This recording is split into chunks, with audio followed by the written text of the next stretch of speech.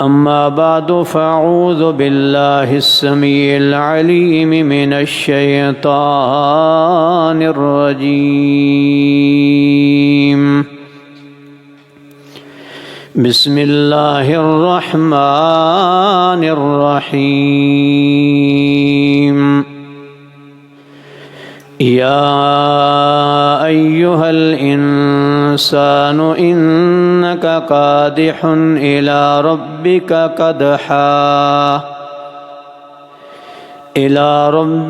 قدحا فملاقيه. فأما من أوتي كتابه بيمينه فسوف يحاسب حسابا يسيرا وينقلب إلى أهله مسرورا. وأما من أوتي كتابه وراء ظهره فسوف يدعو ثبورا وَيَصْلَى سَعِيرًا.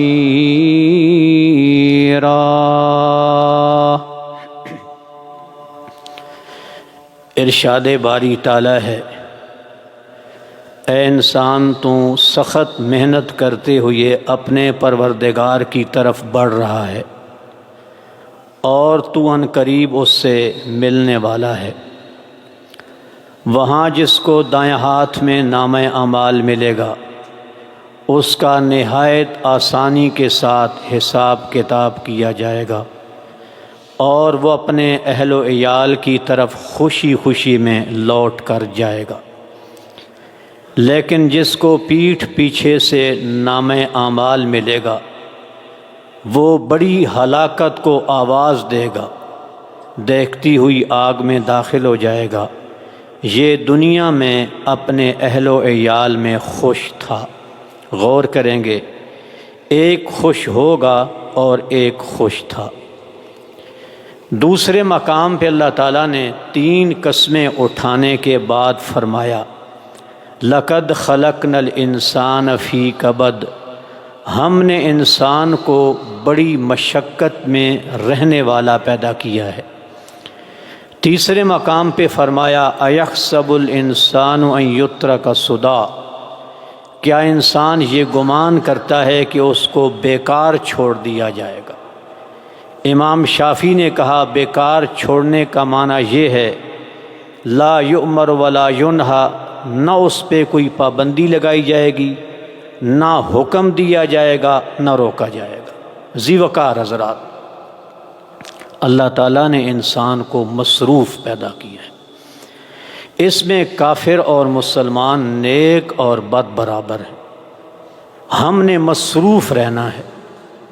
ہماری گزارشات کا لب لباب یہ ہے کہ جب ہم نے رہنا مصروف ہے، صرف اسلامی تعلیمات کے مطابق اپنی زندگی کو ایڈجسٹ کرنا ہے.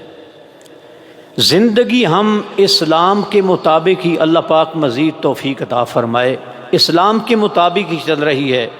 ہمارے لباس کیا، ہمارے کھانے پینے کیا، کاروبار کیا، دکانیں جاب، سارا کچھ اسلام کے مطابق ہے. ذی وقار حضرات، سوچنا یہ ہے ہمارا جینا، ہمارا سونا، ہمارا سب کچھ وہ اللہ تعالیٰ کے لیے ہے. بندہ اللہ تعالیٰ کے لیے پیدا کیا ہے. ہماری زندگی میں کوئی دنیا داری نہیں ہے.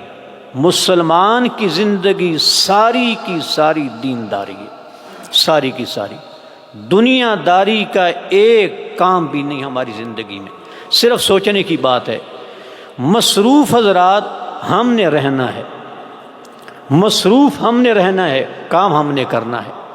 کوئی آدمی آپ نے اپنی زندگی میں نہیں دیکھا ہوگا کہ خاموش نظریں جھکا لے اور چپ ہو کر بیٹھ جائے. بندہ اس طرح کی زندگی نہیں گزار سکتا ہے بھی نہیں. اور مزے کی بات کہ ایک آدمی اگر خاموشی سے بیٹھ جاتا ہے جسے آپ کہتے ہیں کہ وہ فارغ ہو گیا، ذی وقار حضرات، اس سے اللہ تعالیٰ نے پوچھنا ہے کہ تو نے خاموشی سے فائدہ کیوں نہیں اٹھایا تھا؟ چپ کیوں بیٹھا رہا؟ عام ہم سمجھتے ہیں خاموشی عبادت ہے. خاموشی اس لیے عبادت ہے کہ وہ آدمی غلط گفتگو نہیں کر رہا، لغویات سے بچا ہوا ہے. باقی خاموشی از خود کوئی عبادت نہیں ہے. سیدنا ابو ہریرہ رضی اللہ تعالیٰ عنہ بیان کرتے ہیں، 2 احادیث کا مفہوم ہے. من استجع مسجن ولم یذکر اللہ الا کانت علیہ ترۃ یوم القیامہ. ایک آدمی لیٹتا ہے اور اس لیٹنے کے دوران اللہ کا ذکر نہیں کرتا. ایک آدمی بیٹھتا ہے اور اس بیٹھنے کے دوران اللہ کا ذکر نہیں کرتا. ایک آدمی کھڑا ہوتا ہے اور اس کھڑے ہونے کے دوران اللہ کا ذکر نہیں کرتا. یہ چیز اس کے لیے قیامت کے دن باعث حسرت و ندامت ہوگی. ان شاء اخذہ و ان شاء عفا عنہ. اگر اللہ نے چاہا تو مواخذہ کرے گا. تو بیٹھا، خاموشی سے بیٹھا رہا، پھر کھڑا ہو گیا. تو نے اس بیٹھک کے دوران میں اللہ کا ذکر کیوں نہیں کیا؟ وَإِن شَاءَ عَفَا عَنْهُ. اور اگر اللہ تعالیٰ نے چاہا تو معاف کر دے. جس کو ہم فراغت سمجھتے ہیں، بالکل خاموشی، ذی وقار حضرات، اس کا بھی اللہ تعالیٰ کے ہاں حساب ہوگا. بھئی آپ خاموش کیوں بیٹھے رہے؟ اللہ تعالیٰ کے ہاں ہر چیز کا. آپ ضرورت سے زیادہ سوئے کیوں ہیں؟ آپ نے زیادہ کھانا کیوں کھایا؟ حضرات اس پہ بھی سزا ہوگی. عبداللہ بن عمر رضی اللہ تعالیٰ عنہ کہتے ہیں، بڑے اب تو شوق ذوق پائے جاتے ہیں، سارے رجحانات میلانات ہی تبدیل ہو گئے زندگیوں کے. ایک آدمی نے تجشع رجل عند رسول اللہ، ایک آدمی نے نبی کریم علیہ السلام کے پاس ڈکار لی. زیادہ کھانے کی وجہ سے ڈکار آتا ہے. آپ صلی اللہ علیہ وسلم نے کیا فرمایا؟ کف ان جشعک، بھئی ڈکار بند کرو. فإن اکثرہم شبعا فی الدنیا اطولہم جوعا یوم القیامہ. اللہ پاک ہم سب کو معاف کرے. نعمتوں سے فائدہ اٹھائیں لیکن اللہ کا بہت شکر ادا کیا کریں. اللہ تعالیٰ کا بہت شکر ادا کیا کریں. آج کا غریب ہزاروں صحابہ کرام سے دنیاوی اعتبار سے بہتر ہے. آپ علیہ السلام نے ایک صحابی کی ڈکار سنی تو آپ علیہ السلام نے فرمایا کہ جو لوگ اس دنیا میں زیادہ سیر و سیراب رہتے ہیں ان کو قیامت کے دن لمبی لمبی بھوکوں میں مبتلا ہونا پڑے گا. وہ 50,000 کا سال کا دن ہے، یہ تو 70 سالہ زندگی ہے، 50 سالہ زندگی ہے.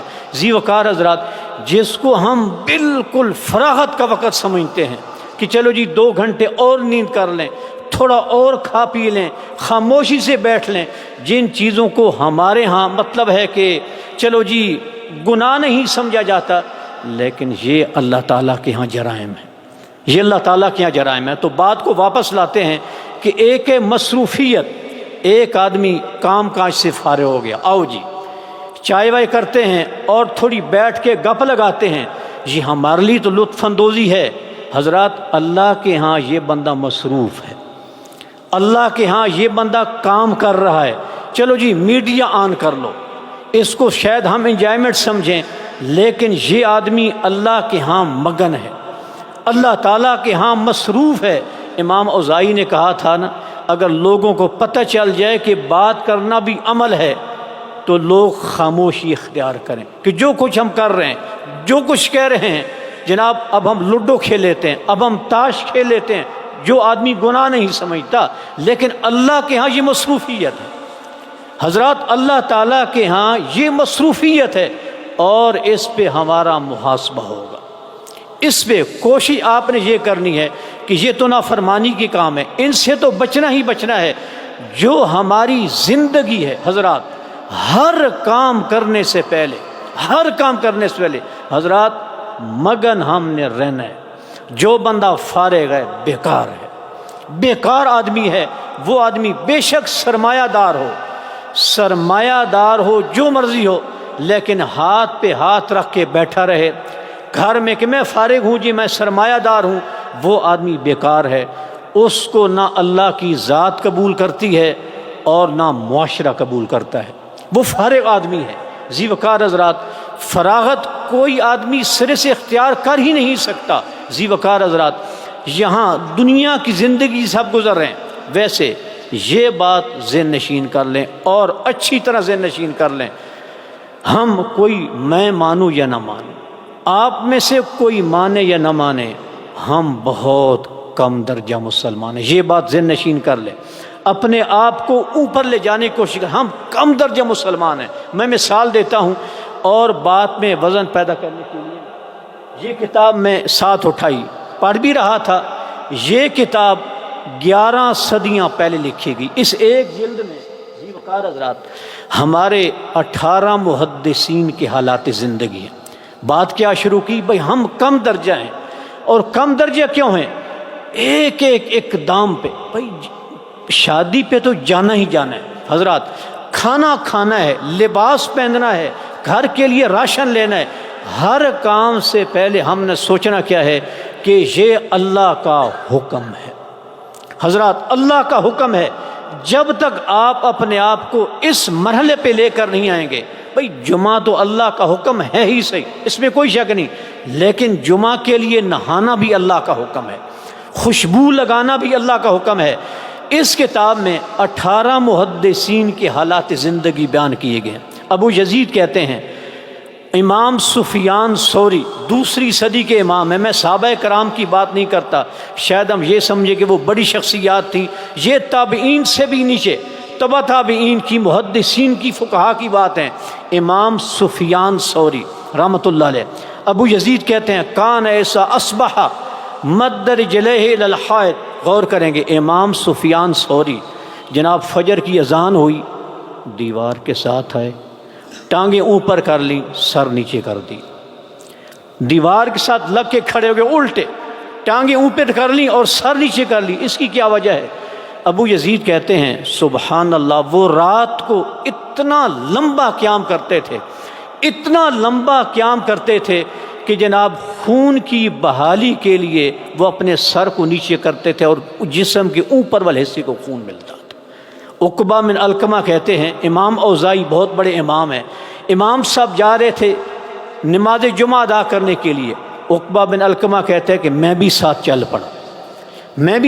پڑا اور میں بیٹھ گیا پیچھے۔ امام صاحب نے خوبصورت قیام، خوبصورت رکوع اور خوبصورت سجدوں کے ساتھ، ویسے فصلی ما قدر لہ صحیح مسلم کی روایت ہے، یہ فضیلت ہے بھئی آدمی کے لیے زیادہ اہم یہ ہے کہ خطبہ شروع ہونے سے پہلے پہنچے۔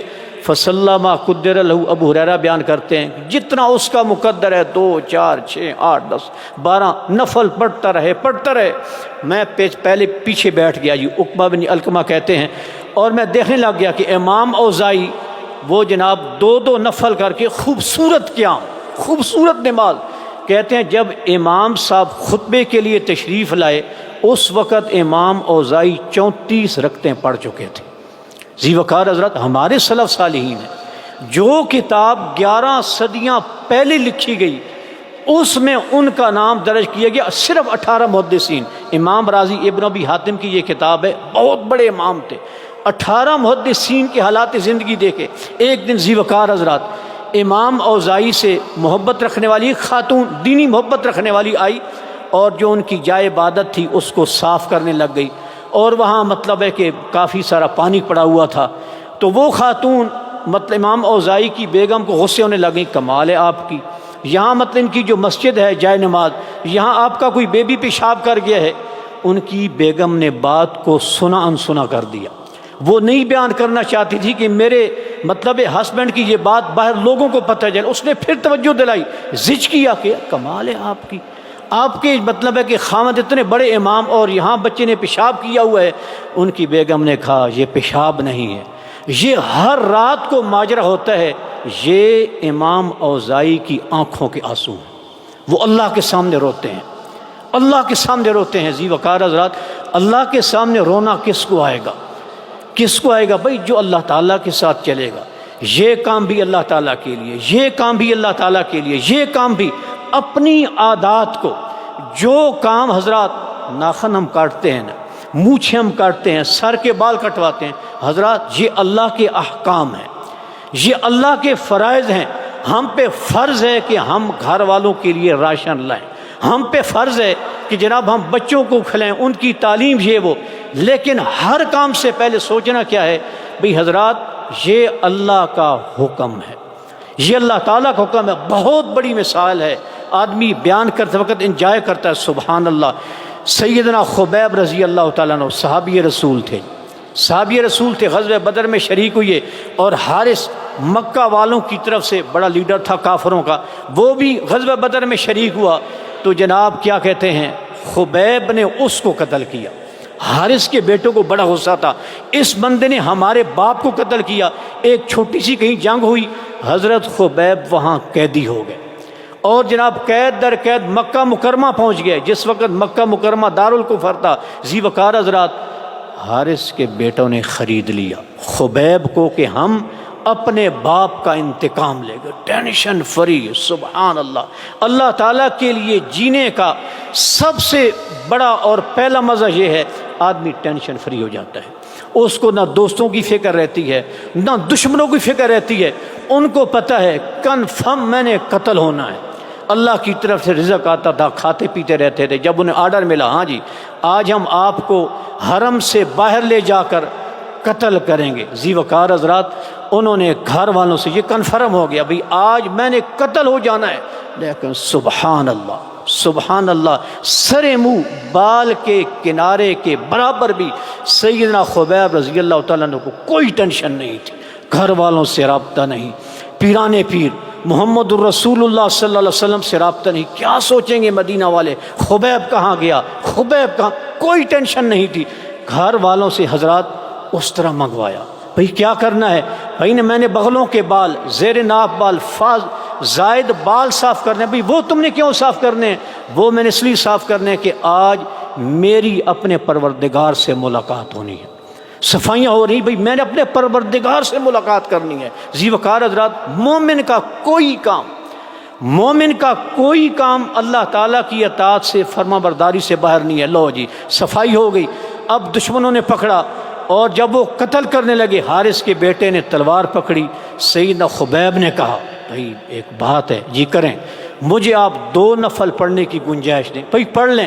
نماز شروع کی، مختصر سی 2 رکعتیں پڑھی، اور سلام پھیر کر کہا دشمنوں کو صحیح شکست دی، میرا دل تھا کہ میں نماز لمبی کرتا، لیکن تم یہ خیال کر بیٹھو گے یہ بزدل، یہ تو میں نے بس اللہ کو یاد کیا، اب چلاؤ تلوار۔ لست ابالی حین اقتل مسلما علی ای جنب کان للہ مصری، بھائی چلاؤ تلوار، میں ادھر گر پڑوں گا ادھر گر پڑوں گا، مجھے کوئی پرواہ نہیں ہے، کیونکہ مجھے اللہ کے لیے قتل کیا جا رہا ہے، اور اگر اس نے چاہا تو میرے مردہ جسم کے ٹکڑوں کو بھی مبارک بنا دے گا۔ ذی وقار حضرات، یہ بہرحال ہمارے سلف تھے۔ اس کی وجہ کیا ہے؟ وجہ یہ ہے زندگی میں ہر اقدام، زندگی میں ایک اقدام ذی وقار حضرات وہ اللہ کے لیے۔ بھائی عبادت تو کرنی ہی کرنی ہے، نہیں عبادت تو کرنی ہے۔ دیکھیں نافرمان لوگ کیا وہ سوتے نہیں ہیں؟ فرما بردار لوگ کیا وہ سوتے نہیں ہیں؟ اب آپ کی نیند اور نافرمان کی نیند میں کیا فرق ہے؟ آپ بھی سونے لگے ہیں، مہربانی ہوگی سونے سے پہلے موبائل بند کر دیا کریں، چونکہ مطلب ہے کہ آگے پیچھے کوئی بندہ وہ کیا کہتے ہیں پریس نہ کر دے نا بٹن، پھر مصیبت بن جاتی ہے۔ اچھا آپ نے سوتے وقت صرف وضو کر لیا، ہاتھ منہ تو ہر کوئی دھوتا ہے، ہاتھ منہ تو ہر کوئی دھوتا ہے۔ اس سے پہلی بات بھائی آپ نے سونے سے پہلے حضرات یہ اپنے آپ کو کہنا ہے، شروع میں کہنا شروع کر دیں، یا اللہ یہ سونا تیرا حکم ہے، میں اس لیے سو رہا ہوں۔ سیدنا معاذ رضی اللہ تعالیٰ عنہ نے کہا تھا، صحیح بخاری کی روایت ہے، انی احتسب فی نومتی کما احتسب فی قومتی، میں جیسے تہجد پڑھنا ثواب سمجھتا ہوں اسی طرح میں سونا بھی ثواب سمجھتا ہوں، لیکن یہ سوچنا پڑے گا، یہ حضرات پہلے سوچنا ہوگا کہ یہ میرا سونا اللہ کا حکم ہے، اس کے بعد آپ وضو کر لیں۔ بھائی وضو کرنے سے کیا ہوگا؟ باقی فضیلتیں تو ہیں ہی ہیں، ایک فرشتہ اللہ پاک آسمان سے بھیجے گا، قمیض کے اندر نہیں، وہ بنیان سے بھی اندر چلے جائے گا، اور بندے کو چمٹ کر پوری رات وہ ہمارے ساتھ گزارے گا۔ جب آپ ہلیں گے، کروٹ بدلیں گے، پہلو بدلیں گے، وہ فرشتہ آپ کے لیے دعا کرے گا، یا اللہ اس بندے کو بخش دے، اس نے سوتے وقت وضو کیا تھا۔ کتنا بڑا کام ہے یہ، کتنا بڑا کام ہے۔ جب آپ سوچیں گے کہ میرا یہ کام حضرات اللہ کے لیے ہے، اللہ کے لیے، اب ہم باتیں تو کرتی رہتے ہیں سونے سے پہلے، آج کل تو عشاء کے بعد مجلسیں لگتی ہیں، بڑا ٹائم ہوتا ہے، اگر آپ ایک آیت الکرسی تلاوت کر لیں، یہ بات ذہن نشین کر لیں، شروع میں مسئلہ ہے روٹین بنانے کا، جب روٹین بن جائے گی اللہ تعالیٰ کی کرم نوازیاں نازل ہونا شروع ہو جائیں گی۔ آپ نے آیت الکرسی پڑھ لی، اب جناب آسمان سے فرشتہ آ گیا، ہر قسم کے دشمن سے، وہ شیطانی ہو انسانی ہو، جناب آپ کا محافظ فرشتے کی صورت میں کھڑا ہو جائے گا۔ یہ آپ کی نیند ہے، یہ آپ کی نیند ہے۔ آپ نے کھانا کون نہیں کھاتا، صرف آپ نے جب کھانا کھانے کے لیے بیٹھے ہیں، یا کریم یہ سب کچھ تیرا عطا کیا ہوا ہے۔ کوئی آدمی قرآن و حدیث کا مطالعہ از خود کیے بغیر، بھائی آپ ایک آیت پڑھ لیں، ایک حدیث پڑھ لیں، ایک حدیث کو سمجھنے کے لیے آپ ایک ہفتہ لگا لیں، کوئی ٹینشن نہیں، سارا دین ممبر اور محراب پر بیان نہیں کیا جا سکتا، جو مرضی کر لیں، سارا دین بیان نہیں کیا جا سکتا۔ یہ نعمتوں کی قدر ہمیں کیوں نہیں ہے؟ بھائی آپ قرآن مجید سورہ ملک تو آپ کو یاد ہوگی، آخری آیت قُلْ أَرَأَيْتُمْ إِنْ أَصْبَحَ مَاؤُكُمْ غَوْرًا فَمَنْ يَأْتِيكُمْ بِمَاءٍ مَعِينٍ۔ بھائی آدمی کی زندگی کے لیے پانی زیادہ ضروری ہے کھانے سے بھی۔ اللہ نے فرمایا کہ تمہارا کیا خیال ہے اگر میں پانی کو زمین میں گہرائی میں اتار دوں، کون ہے جو تمہیں بہتا ہوا پانی مہیا کرے گا؟ حضرات آپ کے سامنے پانی کا گلاس آ گیا، تو یہ توجہ، بھائی یہ اللہ کا انعام ہے، یہ اللہ کا انعام۔ اگر یہ پانی کی سطح بھائی 400 فٹ، چلو جی وہاں تک بھی آپ پہنچ گئے، مطلب ہے آپ نے لگائے مشینیں اور 400 فٹ تک پہنچ گئے، حضرات 800 فٹ تک پانی اتر جائے، کون دے گا پانی؟ کون دے گا؟ سب سے پہلے یہ بات، یا اللہ یہ کھانا تو نے مہیا کیا ہے۔ ایک فروٹ چاٹ کی پلیٹ آپ کے سامنے آتی ہے، 3 ملکوں کو اس کے اندر فروٹ ہوتا ہے، 3 ملکوں کا، کوئی ایکسپورٹڈ، کوئی امپورٹڈ، کوئی کیا چیز، کوئی کیا چیز، 20 ایٹم ایک پلیٹ کے اندر سما گئے ہیں۔ لیکن ہم یہ نہیں سوچتے بھائی یہ اللہ تعالیٰ کا دیا ہوا رزق ہے، وہ سلب بھی کر سکتا ہے، یہ سب کچھ اللہ تعالیٰ کی عطا ہے۔ بسم اللہ پڑھیں، اس کے جناب برتن آخر میں، اب ایک آدمی نے ایک پلیٹ میں ایک لقمہ چھوڑ دیا، بھائی کیوں چھوڑا؟ بھئی کیوں چھوڑا آپ نے؟ نبی کریم علیہ السلام نے یہ فرمایا کہ آپ نے شیطان کے لیے کچھ نہیں چھوڑنا، اتنا ڈالیں جتنا آپ نے کھانا ہے۔ اس کے بعد آپ نے اللہ تعالیٰ کی حمد بیان کر دی۔ ذی وقار حضرات، یہ نعمت جو آپ نے دنیا میں استعمال کی، یہ بھی آپ کے لیے باعث رحمت بن جائے گی۔ ان اللہ لا یرضی عن العبد، اللہ تعالیٰ اس بات پہ بندے سے راضی ہو جاتے ہیں کہ وہ کھانا کھائے، اللہ کا شکر ادا کر، الحمدللہ، یا اللہ سب تعریف تیرے لیے، کلمہ شکر ہے نا، الحمدللہ۔ پانی پیا اور اس کے بعد اس نے الحمدللہ پڑھ دیا، حضرات اس کی اللہ پاک نعمت اس نے استعمال کی ہے، لیکن اللہ تعالیٰ اس سے راضی ہو جائیں گے، اس سے راضی ہو جائیں گے۔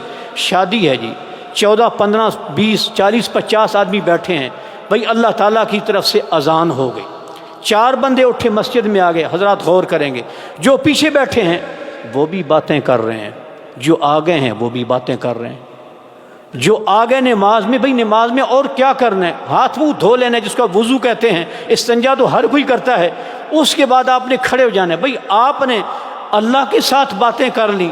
یہ بات ذرا اس طرف میں چلا گیا ہوں کہ مصروفیت، آپ اپنی مصروفیت میں سے اللہ تعالیٰ کے لیے ٹائم نکالیں اور اپنی عادات کو، جو کام آپ بطور عادت کر رہے ہیں، کاروبار کی صورت میں آپ کے ہزاراں کام ہے، عادت کی صورت میں نہیں، حضرات عادت کی صورت میں نہیں۔ امام ابو سفیان سے رحمۃ اللہ علیہ کسی نے کہا فلاں فوت ہو گیا، آپ جنازے کے لیے نہیں جائیں گے؟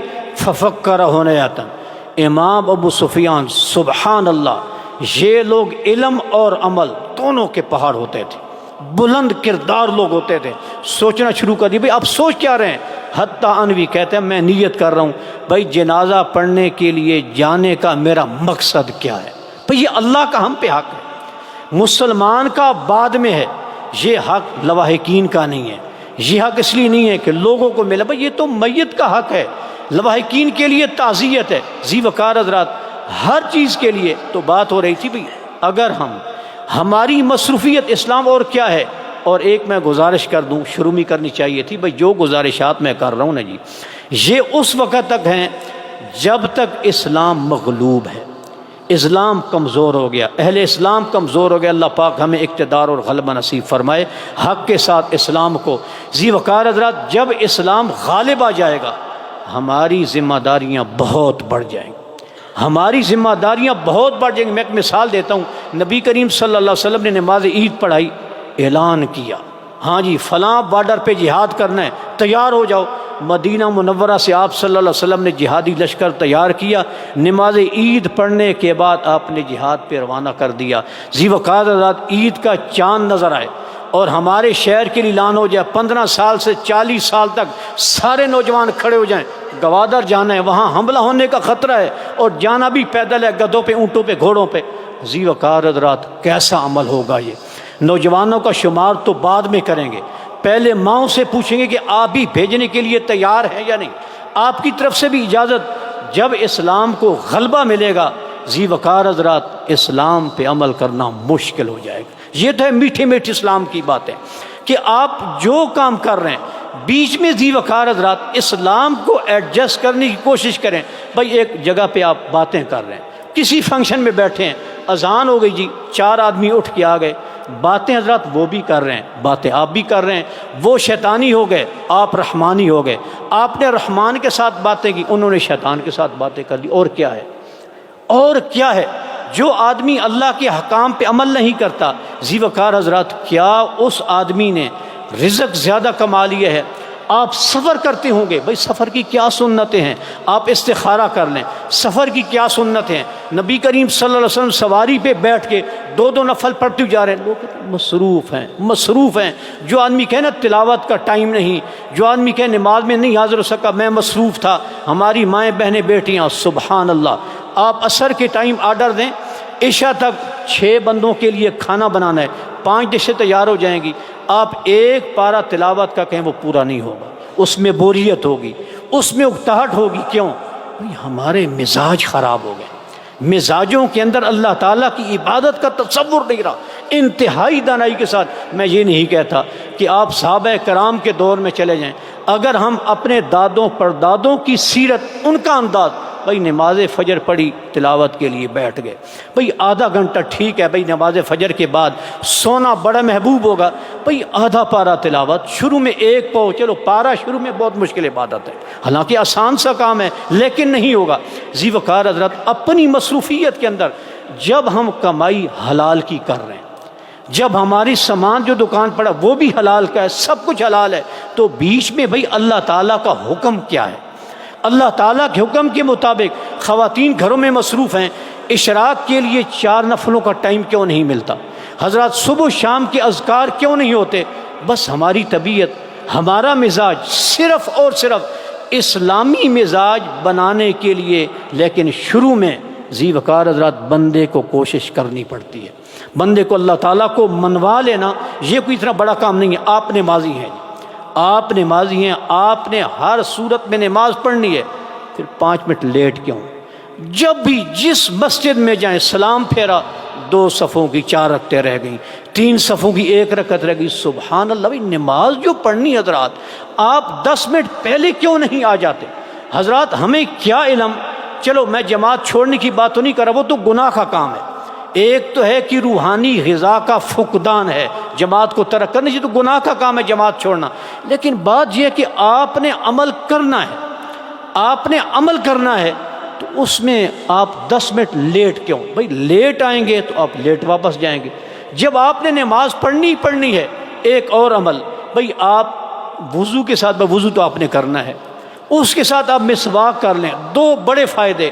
بات یہ کہ ایک ایک سنت کو اپناتے جائیں اور زندگی سنت کے مطابق، ایک وہ لمحہ آئے گا کہ جب آپ 2 گھنٹے اللہ تعالیٰ کا ذکر نہیں کریں گے، اللہ تعالیٰ کی فکر نہیں کریں گے، آپ کا وجود آپ سے شکایت کرے گا، آپ کی روح آپ سے شکایت کرے گی کہ آپ کیا کر رہے ہیں۔ حضرات محدثین فقہا کے حالات زندگی پڑھنا چاہیے، سننا، بھائی وہ کیا کرتے تھے، اللہ تعالیٰ کے ساتھ کیسا تعلق تھا۔ آپ مسواک کر لیتے ہیں، بھائی یہ تو معمولی ثواب ہے کہ آپ کو 70 گنا ثواب زیادہ ملے گا، یہ معمولی بات ہے۔ اس سے بڑی بات نبی کریم صلی اللہ علیہ وسلم نے فرمایا السواک مطہرۃ للرب، مطہرۃ للفم ومرضات للرب، منہ کی صفائی تو ہوتی ہے، مسواک کرنے سے رب کریم بھی راضی ہو جاتے ہیں۔ اللہ تعالیٰ کی رضامندی سب سے بڑا انعام ہے، ذہن نشین کر لیں۔ جنت کی جتنی نعمتیں جنتی استعمال کریں گے ان کی اہمیت بھی اللہ کی رضامندی سے کم ہوگی، لیکن ہوگا یہ نہیں کام۔ ذی وقار حضرات، بھائی آپ مگن مصروف فارغ کوئی بندہ نہیں بیٹھ سکتا، لیکن آپ اس کے مطابق اپنی زندگی، مہینہ گزر گیا جی، مہینے میں بھائی 2-3 روزے کیا نہیں رکھے جا سکتے؟ بھائی آپ نے 7 بجے ناشتہ کرنا ہے، آپ فجر سے پہلے ناشتہ کر لیں، اس کو سحری کہہ دیں گے۔ مہینے میں 3 روزے تو کم از کم نبی کریم علیہ السلام کا حکم ہے نا، مطلب 10 گنا ثواب ملا تو آپ کو پورا سال روزہ رکھنے کا ثواب مل جائے گا اگر آپ ہر مہینے میں 3 روزے رکھتے ہیں۔ ذی وقار حضرات، بندے کو اپنی مصروفیت، اگر آپ نمازی ہیں، بھئی آپ فجر کی نماز میں، اب لوگوں سے پوچھیں نا فجر کی آپ رکعتوں کی تعداد بتائیں، لوگ کہتے ہیں 2 سنتیں 2 فرض، میں کہتا ہوں نہیں بھائی، آپ کہیں 2 فرض اور 2 سنتیں۔ 2 فرض نبی کریم علیہ السلام کے زمانے میں کو 2 دفعہ یہ مثالیں پیش آئیں کہ 2 صحابی نے فجر کے بعد سنتیں پڑھی۔ اب تو سلسلہ ایسا ہے، سلام پھیریں تو ایسا لگتا ہے کہ فجر کے بعد 2 رکعتیں مستقل ہیں۔ بھئی اس کا حل کیا ہے؟ اس کا حل یہ ہے کہ آپ 10 منٹ الارم پہلے لگا لیں، بس 5 منٹ پہلے لگا لیں۔ زندگی کو صرف اور صرف، ہماری زندگی جب اللہ کے احکام کے مطابق گزر رہی ہے تو ذی وقار حضرات اپنی روحانی غذا پیدا کرنے کے لیے اس چیز کو عادت بنائیں کہ ہماری جو عادات ہیں ان کو عبادت کی شکل دیں۔ ہماری کوئی عادت بھی نہیں ہے جو اسلام سے متضاد ہو۔ ہاں جو چیزیں عام ہیں، مطلب ہے کہ وہ تو ہیں ہی صحیح، آپ لباس پہنتے ہیں، لباس پہننا فرض ہے، آپ کھانا کھاتے ہیں، کھانا کھانا فرض ہے، باقی مطلب ہے کہ جتنی بھی روٹین میں زندگی، آپ کاروبار کرتے ہیں، بھائی دنیا کے لیے کمائی کرتے ہیں، بچوں کی کفالت کرتے ہیں، بیوی کی کفالت کرتے ہیں، یہ سب چیزیں فرض ہیں، لیکن ہم سوچتے نہیں ہیں۔